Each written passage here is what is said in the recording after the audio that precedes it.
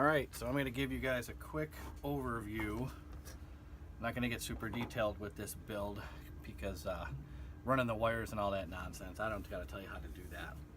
So with the new pod that we've got, makes building just a little bit different. So let me show you what I do. And I got a bunch of spare parts here. I don't even know if half of them work, but you'll get the idea. So here's the ESC that I'm using. I believe it's a Luminaire 35 amp 4-in-1. And what I end up doing,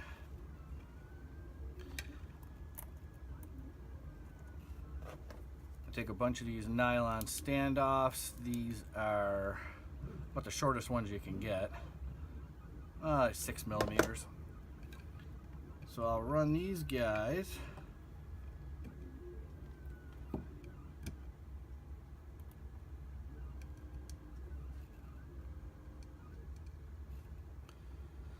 these fellas through here.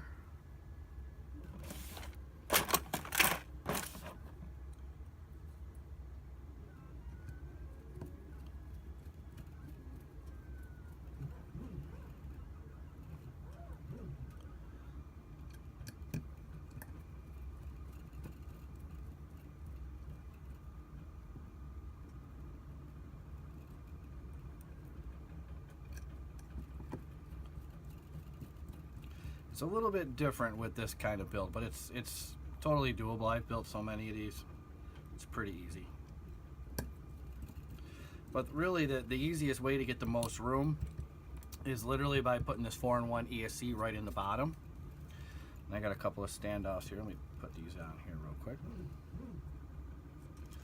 Obviously the tighter you can get it, the better.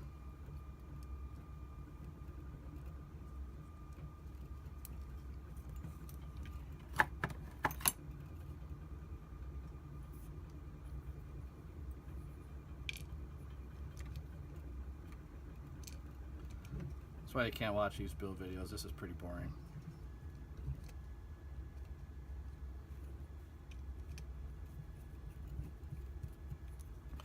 But I'm just going to piece this thing together. Y'all can get an idea how I run everything here. I've been running my original WBX frame for 2 years now, and the thing is just like rock solid. So in the bottom, 4-in-1 ESC goes right there, all right? The power wires, what I end up doing is I actually run them through this hole backwards, and I solder them on facing the other direction just so they're not, you know, looped around. So everything has to come in from through this hole, direct light pole right to that. So that ends up going there, which is perfect. I'll put a motor on just so you can get an idea what I usually do with these.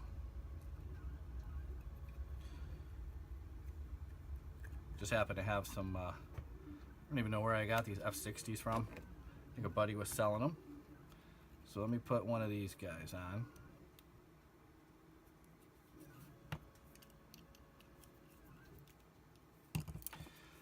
Now, the one main thing I do with these, because I don't like to put the tape over the whole thing. I see a lot of people will do that. It's not really my thing. You don't want to cover up all these nice graphics on here. So what I end up doing, I've got this really cheap, it's marine grade heat shrink. I actually get it from Harbor Freight. Super cheap. You get a whole box of it for like $4. The nice thing about the marine heat shrink is it's got almost like a rubber in there that when you heat it up, it gets super hard. So I'll use a piece of that, and I'll just heat it up, and it'll just sit right there, and it never gets bothered. It always is perfect. So the bottom plate, when you put the battery strap on, remember how to do this, it's been forever. So the battery strap, I'll probably do this wrong, I usually do.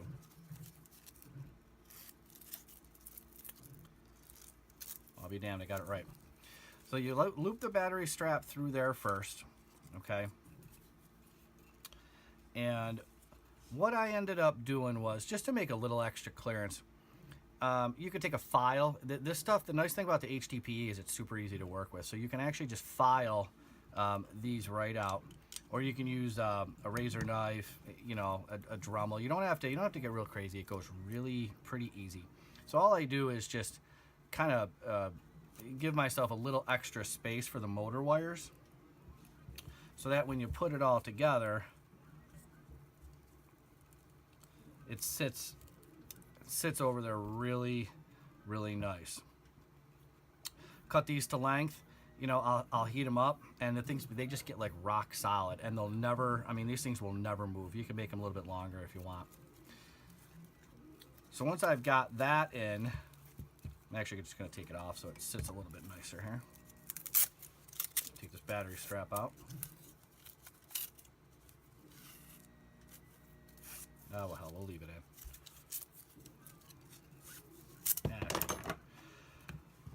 So, once you've got that in there, give yourself a little extra clearance.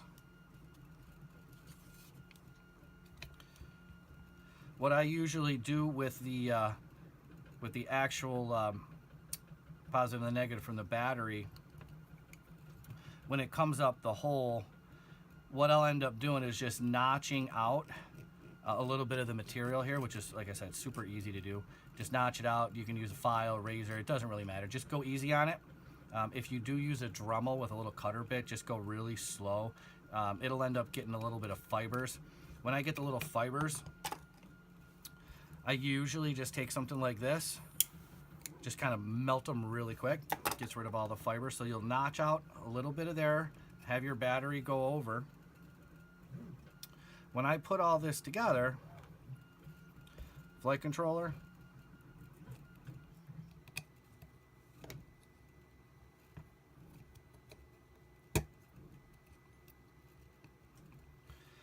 now there's a couple different, because that's really all you need. There's a couple different options you can do. The video transmitter obviously gets really hot. As a rule, I don't like to plop it right on top of the video transmitter or right on top of the flight controller. So you can use something like this. I actually get this from Pyroflip. I think they sent it to me for free at one point. You spend enough money to give it to you for free. So these work really nice. You can just use that and plop the video transmitter right directly over the top of that.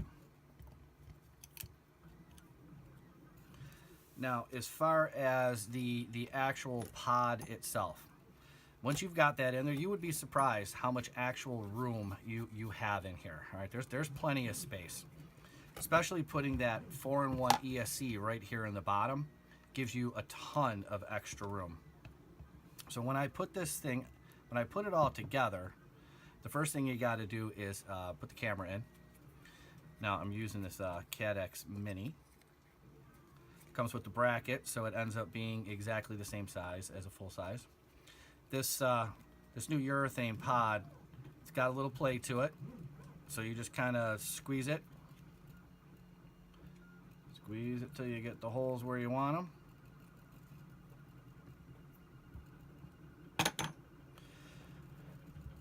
With the new pod, you're going to get 2 of these. All right, these are M2x8 screws.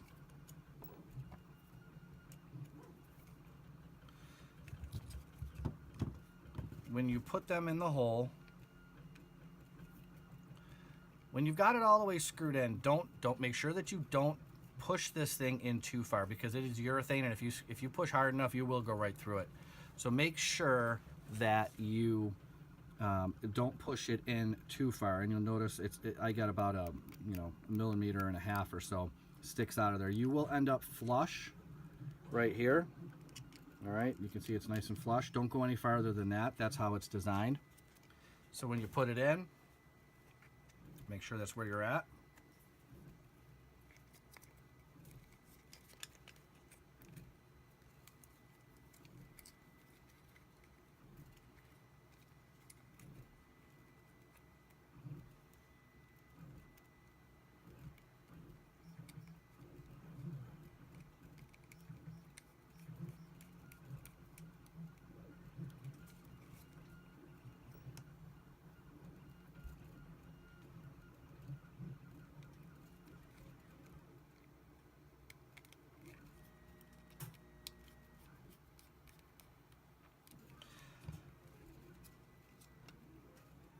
Now, there is one bit of advice.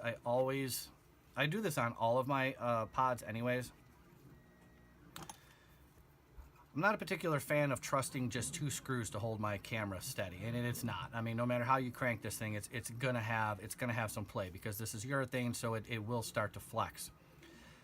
When I get it to the point where I'm at a good camera angle, always make sure you take some hot glue and just run some hot glue right down each side of this thing, just to give it that little bit so it doesn't move on you. So once you get the camera angle where you want it, make sure you run some hot glue in there. The other big piece of this puzzle is your antenna. This is probably the easiest way to do this. Takes a little bit, so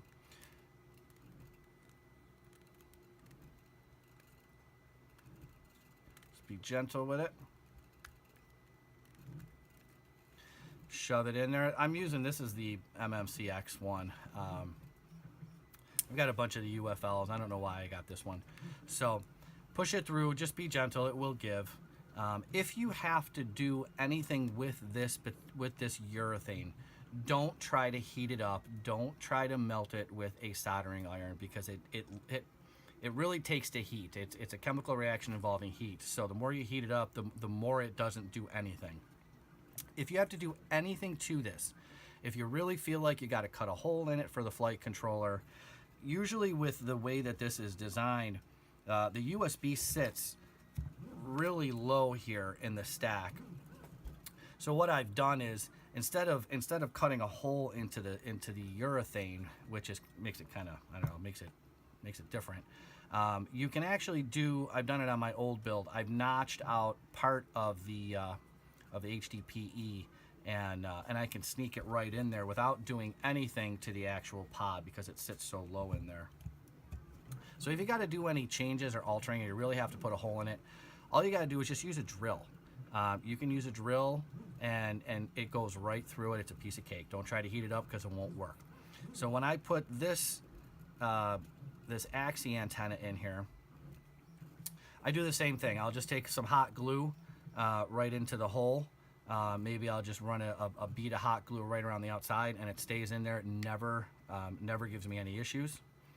We've designed this for people who want to put their RX antenna straws out of the pod. Now, the greatest thing about this HDPE and this urethane is there's no issues with leaving your RX curled up on the inside. As a matter of fact, what I do with mine is, if I run Spectrum, I'm sorry, don't yell at me, but I run the Spectrum diversity receivers, and what I'll end up doing is I'll just stick it up in the top of the in the pod here, or I'll lay it right on top by the video transmitter, and I will just take those long diversity antennas and I will just loop them 2 different directions right around the inside of this thing. Carbon fiber is usually what causes some issues with the reception. HDPE, you don't have that problem, so you can curl them things right up on the inside. It makes no difference, and it's nice and clean. You don't see anything. So when you put all this together, when this all gets put together,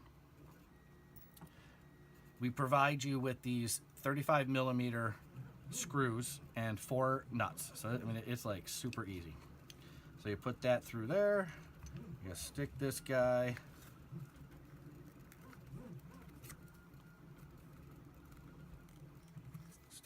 through there.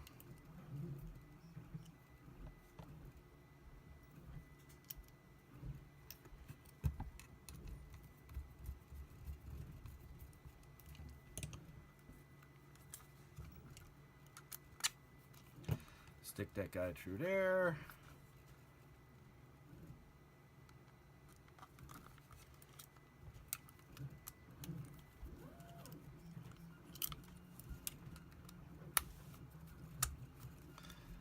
Now, it will not, because I've got this measured perfect, so it doesn't stick out too far and risk any potential to any kind of battery you're going to put on here. It does not stick out very far. Okay, you're probably going to get, well, maybe 1 or 2 millimeters on it. So the nuts, they're not, there's no nylon on there. I've never ever had one of these back up on me, just so you know. I've been running that thing forever like that.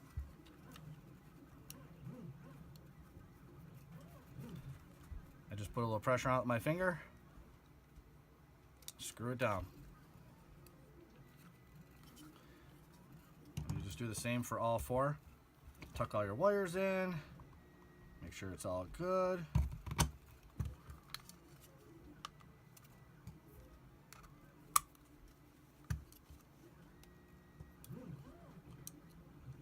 I know a lot of people want to, you know, cut the holes in it for the USB so that they can do any kind of changes. I've pretty much switched all of my quads over to the OSD with the telemetry, so I can pretty much do everything right from my transmitter. So it's really not even necessary that you access that USB all the time. And to be honest with you, it just makes it cleaner. You know. Easier to work with. You don't have to do nothing. So those are my little pointers. So a couple of big key points. Use a little bit of hot glue on this axis antenna. We designed it big enough if you wanted to put a full-size one. If it's a little bit snug, which it probably will be, if it is a little bit snug, just use a drill bit. These RX holes, I filled them in. I do not pre-drill them for you in case somebody doesn't want to use them, but I did offer them here. So if you do it, drill them out the size of the straw. I want to say it's 2 millimeters. I can't remember. 3. Drill them out very slowly. Put your straws in, and then you can have your antennas coming out the back if that's what your preference is. The other thing you usually will have to do is just give yourself a little bit of space here so that you can have the wires go right through. Make sure you get the battery strap hooked in there before you go, and that's pretty much it. It's not that complicated. It's actually pretty easy, and you would be shocked how much room you have in this thing once you put it all together. So there you go. Enjoy.